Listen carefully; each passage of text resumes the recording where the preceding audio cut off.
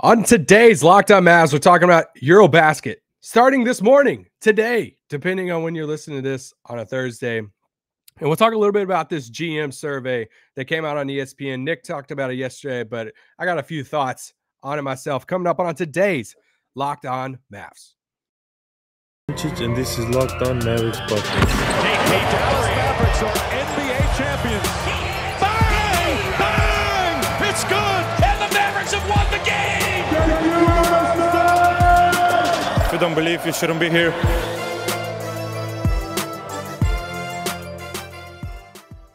Welcome to Locked On Mavs. This is one of your co-hosts, Isaac Harris, half of Locked On Mavs, contributor to Mavs.com.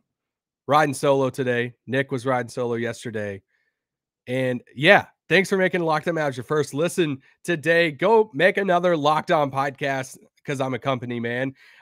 One of your second listens for today. I'm sure we have something in football. If you're ready for football, I'm ready for some fantasy football to get started. Have a draft this weekend I'm excited for. But go listen to Locked On NFL if you want to get ready for the NFL season. And if you're watching on YouTube, comment below anything below. Comment something about EuroBasket. Today, you're listening to this on a Thursday, and EuroBasket is finally here. It feels weird that we started the offseason and we're like, man, let's just get the EuroBasket. Like, let's just get to September 1st and we get to watch Luka play basketball and see all these great players play some basketball. It feels like feels like the Warriors Celtics at the same time was yesterday, but it feels like 3 years ago at the same time. So I'm ready for some good basketball in my life. I'm ready for some Luka Doncic. We're going to talk about EuroBasket today. We're also going to talk about this GM thing survey on ESPN. I know Nick talked about it a little bit yesterday, but I'm going to share a few more thoughts on it because, you know, I got to share some of my opinions on it. But yeah, what should we talk about first? What should we talk about first? The survey, or should we talk about EuroBasket? Option 2.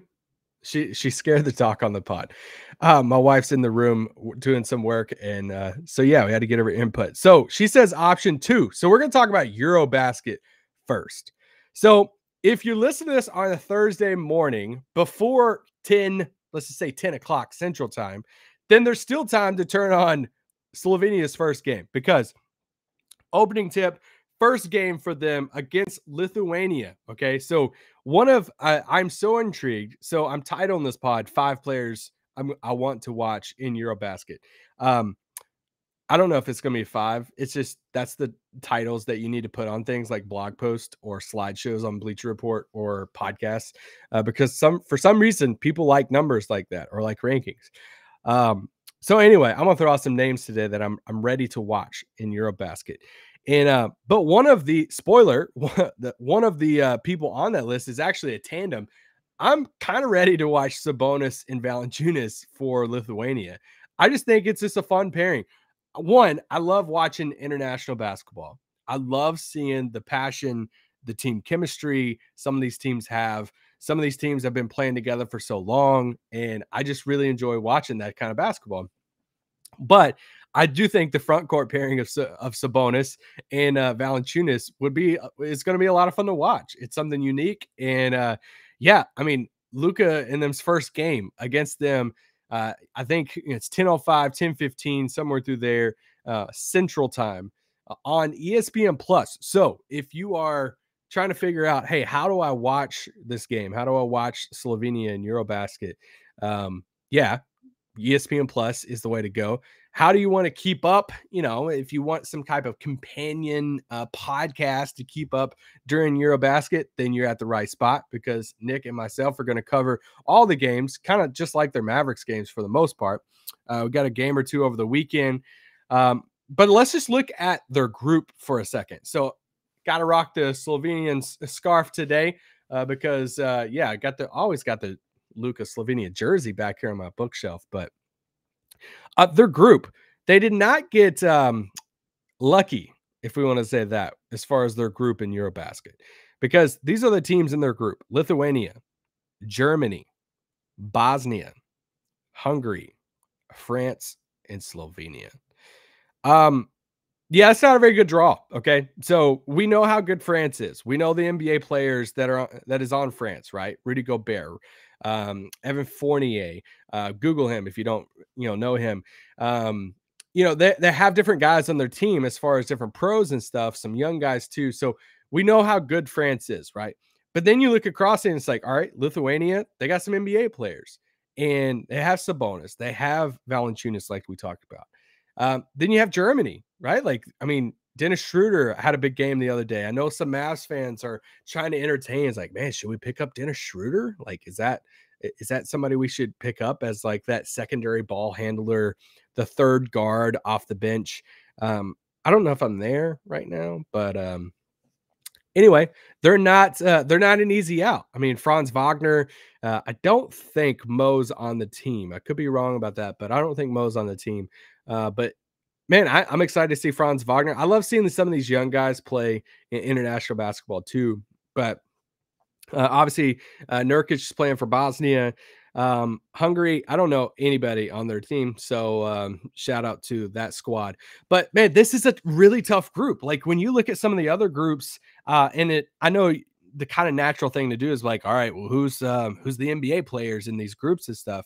But you start going across some of the other groups, and it's like, all right, Group A, it's like, all right, you got Spain, some guys are playing for Spain, Turkey. And then you start looking at some of these other groups down through there, and it's like, all right, did Slovenia really get a bad draw on this? Because you look at Giannis and Greece and them, and it's like, all right, Estonia, shout out to the guy who talked trash to Luka. That was hilarious. Ukraine, Great Britain, Italy, we know the Gallinari injury, so it doesn't look like he's going to be playing. Croatia is always pretty good. Obviously, Bogdanovic. And then you look at, Serbia and Jokic, and then it's like, all right, y'all got Israel, Czech Republic, you have Poland, Finland, Netherlands. We got marketing playing for Finland. I just think Group B is just by far like a runaway for the hardest group out there. So we're going to get games against each of these teams in the group coming up over the next week or so. And they should be a lot of fun, especially their last game. Slovenia's last game in this like first round in this group stage is against France. And Nick and I we were looking at the schedule and stuff. I'm like, man, that game could mean a lot. That could mean a ton with it being the very last game there. So it's already going to be a big game. Luka Doncic, best player in EuroBasket. Okay. If you want to argue him or Giannis. But Slovenia, good team, a lot of chemistry on the team. We obviously know Goran Dragic is playing in this. Wasn't going to play in it. Now he's there. Now he's going to play in it. So, man, it's just so exciting. It's exciting to have basketball back in our lives. So make sure you're watching on ESPN Plus. Who's some other guys that I'm really wanting to watch in EuroBasket? One, Tyler Dorsey. Now, I'm not moving meetings around at work to watch Tyler Dorsey play on Greece, but I am intrigued because he's had a couple of good games with them, with Greece leading up to EuroBasket. Obviously, Giannis is the guy to watch. If you're making a top five, three players everybody's dying to watch, three players that everybody's going to turn their TVs on the watch, that you're going to try to make time in your schedule to watch, is Luka Doncic, Nikola Jokic, and Giannis. And which is crazy to think about, because in a sense that Jokic back-to-back MVP, before that Giannis back-to-back MVP, a favorite this year, Luka Doncic. Like, if Luka goes out and has this monster NBA season and wins MVP, you're looking at the past three MVPs right here. Like, if it's not this year, it's coming up soon. Sometime over the next 3 years, Luka's probably going to win an MVP, unless I'm just being biased, which I admit I can be when it comes to Luka and Dallas. But it's just wild that you're looking at a EuroBasket tournament like this, and you can honestly say, hey, these are like three of the best players, three of the top 6 players, three of the top 5 players, three of the top 7 players, however you want to say it, in the entire world that's playing in this tournament, in Giannis, Jokic, and Luka. So I'm obviously, man, Luka's the number one player for me. I want to watch Serbia. I love watching Jokic play basketball. I love seeing Giannis play with his brothers on the, for Greece. And we get to see Tyler Dorsey, two-way guy for the Dallas Mavericks. And just see what he looks like. We're not expecting anything huge from a two-way guy this upcoming season, but he's been playing well. He can shoot the ball. And if Greece is on and you turn it on to watch Giannis play, then you might as well watch Tyler Dorsey. And obviously, I want to watch Sabonis and Valanciunas. I say 5 players, but honestly, I'm going to watch it whenever I can, any of these games for the most part. Now, I'm probably not, tuning in for some no-namers that I don't know, but if there's some of these guys that I know, I'm going to tune in for it because some of this basketball is going to be a lot of fun. You can obviously follow some people there on the ground that we're friends with that we know. Tim McMahon, ESPN, has spent a week there in Slovenia. He's been tweeting about it.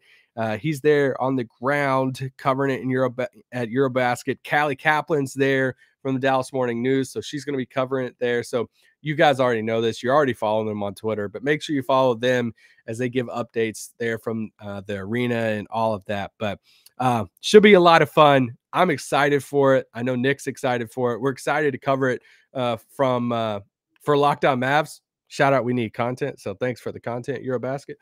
But it should be a lot of fun.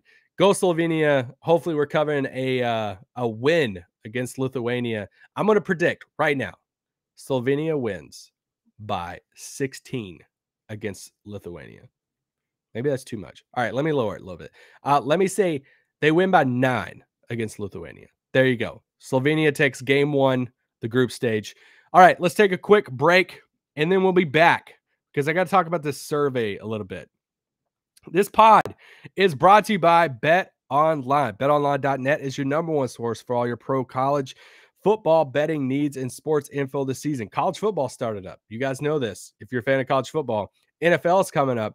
There's all kinds of things you could place bets on. I could lie and say EuroBasket's on there. I don't know if EuroBasket's on there or not, but that would be kind of fun to place some bets on if you are into betting. Find all your latest football developments. Just talked about that. Shout out to the ad read. Game matchups, news, and podcasts, including this year's opening. It went off my screen. The fastest, easiest way to check in on all your favorite sports and events, including Major League Baseball, MMA, boxing, and golf. Head to the website today or use your mobile device to learn more about the trends and action. BetOnline, where the game starts. There you go. Head to betonline.net. All right, let's keep going. What do we want to talk about next? We want to talk about the survey. We want to talk about the Slam article. Actually, let's talk about the Slam article real quick, if that's cool with you guys. What a cool story for SlamKicks that I don't have a ton on this, but I just think it's worth mentioning. Luka's shoes. Luka was featured there in the SlamKicks magazine. If you guys do not follow Luka Doncic on Twitter, you have to. Okay. Just a great follow on social media. Gives all the latest updates. If you care about shoes, you care about Luka's signature shoes, you need to follow that account. All right. Giving all the updates.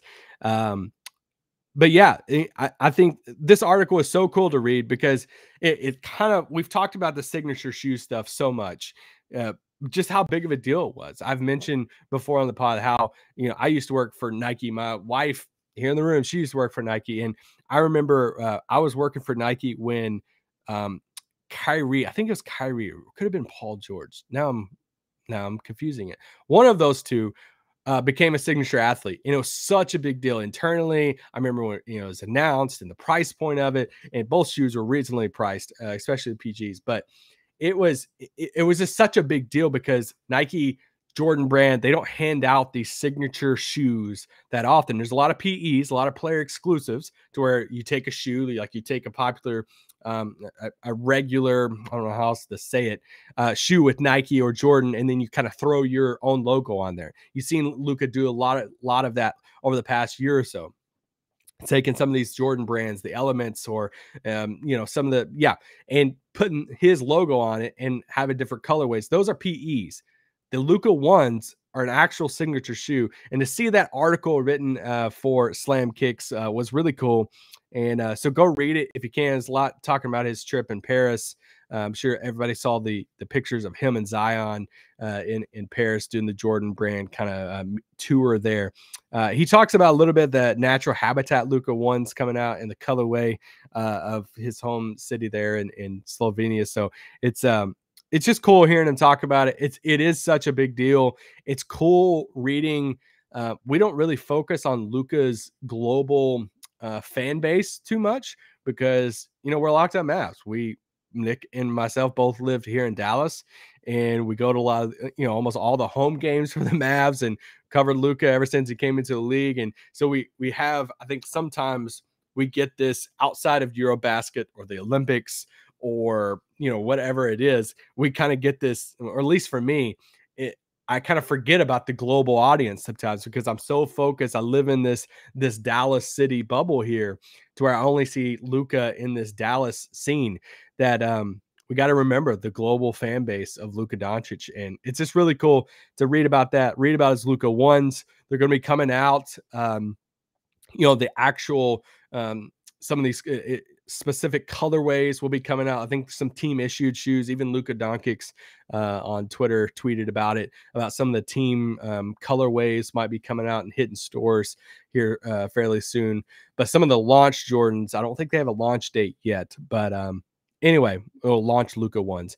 Should be a lot of fun. I'm sure he'll debut some and play in them at EuroBasket, and we'll all be, or at least I will be watching what shoes he pulls out. So, yeah, let's go back to this ESPN GM survey here. So, every year they do a poll. Tim Bobtins did it for ESPN this year, and he shoots out this poll to, it's a panel of 15 NBA coaches, scouts, and executives.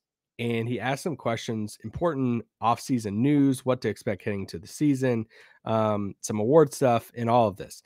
And there are a couple of them I wanted to focus on. First off, the first question is, who's the best player in the NBA right now? Now, I know Nick talked about this a little yesterday, but my question is, how soon before we see Luka get a vote on this? Because there are only 3 players who got votes. Giannis ran away with it as the best player in the NBA. Then Steph, then LeBron. Shout out to the one guy who gave LeBron a vote. Did Rob Pelinka have a vote? Hold on, let me see if Mark Jackson. No, I don't think Mark Jackson had a vote. But is it next year that Luka Doncic gets a vote for the best player in NBA? Like right now? I'm trying to think. I think if Luka can win MVP, he would definitely get a vote. He has to get the LeBron vote next year, right? Like I just think we're a year away. I think we're a year away, and he's getting some of these votes. I'm kind of surprised that Giannis ran away with it, just because I feel like Steph would have gotten a few more votes coming out the finals. Jokic not being on here, 2 back-to-back MVP. But anyway, it's just 15 people, so that's one thing to keep in mind. But that was one of my things. I'm like, I wonder how long it's going to take until Luka's on this. Now, the best player in 5 years for the NBA, obviously Luka was second in that, with Giannis getting 7 votes, Luka 6, Jason Tatum 2. I love all of those 3 guys. I actually agree with those 3 guys. I'm a big Ja Morant fan, so we'll see when it comes to like Tatum, but I think it's Luka and Giannis hands down. There you go. Cade Cunningham, maybe. I'm a big Cade guy, so I'll be curious to see what happens with Cade Cunningham there. But who will MVP this season? Luka Doncic coming in second with this, but he was tied with Joel Embiid at 4 votes, Giannis at 5 votes. If Giannis can win this MVP, what type of elite status all time will he enter into getting his 3rd MVP? I think that's a question. I think it's a question Kane Pittman for Locked On Bucks talked about the other day on his pod. And I thought that was really interesting, of just the elite status Giannis could get to if he won his 3rd MVP. But Luka, yeah, pulled in 4 votes, tied for second on this. I mean, I feel like we've seen this before. We've seen the Luka favored to win MVP. We've seen this over the past year or so. He's a popular pick, and it's just a matter of time. Like, if you told me right now that, like, when will Luka win MVP, or put a year time frame on it, I think it's sometime over the next 3 years, right? Like, I mean, I think that's if it's not next year, it's probably the year after that. It's sometime over these next 3 years, I think Luka is going to win one of these MVP awards. And it's not a if, it's a matter of a when for Luka Doncic. Let's take one more quick break, and then we'll be back because I got to talk about this worst offseason question that everybody voted for the Dallas Mavericks on. Insert cool music coming out of ad break that Nick has that I don't. All right. So best rookie in 5 years, just kind of going through the survey here. Paolo and Chet got 6 votes each. Going with Paolo on that. You know how much I'm all in on Paolo. Banchero, he was my pick, number 1 overall pick before the draft. So I'm feeling confident. I'm feeling good about that right now. Which team will Kevin Durant be on the day after the trade deadline? Brooklyn Nets ran away with this vote. That kind of surprised me, to be honest. I don't think he's going to be a Net past the trade deadline. So I'm going against the grain on this one. That's surprising because they got 13 out of the 15 votes says the Nets passed the trade deadline. It's kind of surprising to me. I guess they're banking on them being really good. So he won't want out. Which team will Donovan Mitchell be on the day after the trade deadline? New York Knicks got 14 votes. The Jazz got 1 vote. Yeah, it just feels like the Knicks thing is inevitable at this point, right? Like, I mean, heard some Cavs buzz that I'm sure we all read about and some other teams, but it's hard to decipher what's real and what's not. Like, it's hard to decipher what's coming out from the Jazz side that's like, hey, we got other teams, involved here, or we got other teams, other offers that we like too. So it just feels like a Danny Ainge ploy or leak to try to get the Knicks to up their offer. And the Knicks are probably like, hey, everybody knows that Donovan wants to come to us, so why are we gonna pay everything? So yeah, it feels like it's inevitable from a Mavs angle. We've talked about this 100,000 times. Is all right. So what's the fallout of this? Is there more Jazz players that's going out? Is there a Knicks player like a Derrick Rose or somebody could go somewhere else? So since Durant is staying for now, it looks like we're all just waiting for the Donovan Mitchell trade to happen at some point before training camp. Which team had the best offseason? Boston Celtics got 6 votes. I get it. I know Gallinari got hurt, but this probably happened before the Gallo injury. But taking a finals team like the Celtics that probably needed some depth, and you added Brogdon, added Gallinari, huge offseason for them. So I get it. Sixers 2 votes. Okay, sure. I literally wrote down on my notes, Utah Jazz got 2 votes for the best offseason. Ha. I get it. I get what you're saying when it comes to they traded Rudy Gobert for 5 first-round picks or whatever it was. That's a win. Yes, I get that.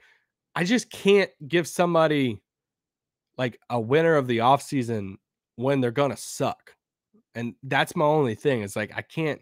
How are we saying that they had the best? How did somebody vote for them to have the best offseason? It felt like they just made the best out of their situation, which isn't always like the best of the offseason of all the teams. It's like, okay, cool. You were in a sticky, crappy situation, so you made lemonade out of lemons. Congrats.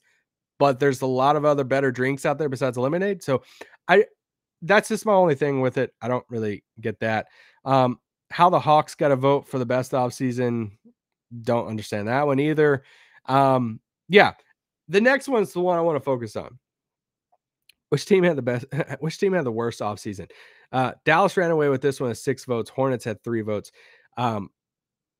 Hornets, like, can they even help? Like, we know the situation that they're dealing with Miles Bridges, but was that their fault? I don't think it was their fault, but I guess they can get votes for that. Mavs got 6 votes. So here's my only question for Mavs fans who could be upset about this, or be like, we didn't have that bad of offseason. Or my initial reaction when I look at it, my initial reaction is, well, who else is going to get the votes? Like, everybody, like, they got asked, they had to pick a team. So who else are they going to pick? Like, it feels like the Mavericks were just the team by default. That I wonder if even the quote, the anonymous quote that they got from somebody, it was just like, it didn't even say that they were going to be bad. So I don't think you should take this and saying, all right, they had the worst offseason, so that means they're going to suck or be so much worse. I'm not taking it as that because the voters are not really saying that. I just think they had to pick somebody because Dallas was the team who lost the highest profile free agent, right? Like, Brunson's probably the best guy who changed teams so far. So that's the thing with, I'm like, who else are you going to vote for? I mean, the Lakers, like, I probably would have voted for the Lakers because you didn't trade Russell Westbrook, or you haven't yet. And cool, you signed some guys around the edges. Like, you basically brought back the same team. And so I guess I would have voted for the Lakers. There's just no runaway this. I think Dallas was the easiest one because Brunson stuff got so much attention, and there wasn't a ton of players who switched teams. So it's like, all right, Dallas is the default pick. Who cares? Whatever. Most surprising move of the offseason, Rudy Gobert to Minnesota. Yeah, that's pretty surprising. Russ still being a Laker still shocks me. And the whole stuff of like Russ and Beverly, hey, they're practicing, they're ready to play together. That stuff, I don't know, man. I mean, I'm sure that's what they're telling people. I just don't. That's just going to be so much fun to watch. And then Dallas not getting any love when it comes to, West champs, NBA champs. No votes for that, when it comes to the executives, scouts, and coaches that was polled for this. I'm not reading a ton into this just because, I mean, the Clippers are going to be the favorites in the West. Like, that's a given. I think even the top 4 seeds of the West are going to be, for a lot of people, kind of locked in there. Top 3, let me just say top 3. The Clippers, Suns, and Warriors. I feel like those 3 teams for everybody going into the season will be kind of locked in. I think Denver, for some people, Denver got a vote in this for West champs. I really like Denver's offseason. So I think a lot of people will probably pencil them in at 4. Dallas could be there at 4 for some people. But I think those top 3 in the West will be kind of written in for a lot. It kind of surprised me that the Clippers ran away with this vote over the Suns. But I kind of get it. I think they're one of the deepest teams we've seen over the past few years. And Kawhi's back healthy. So I get that. Bucks and the Boston Celtics in the East. And so anyway, that's kind of where we're sitting there with this, with where we're at with the conferences going into next season. Guys, I don't have anything else to talk about. I'm just ready for EuroBasket. We're at 27 minutes. It's time to wrap up shop. Let's do this thing. Let's get some basketball back in our lives. ESPN Plus, 10:15 tomorrow. Make sure you watch. Make sure you tune in to Lockdown Mavs tomorrow night. Nick and myself will be back covering this first win. Last time I did this, I said the Wings were going to win, and then they lost. So if I jinx Slovenia, I'm sorry. I apologize in advance. But let's do this. Let's watch Luka Doncic play some basketball once again. Peace out. Boom.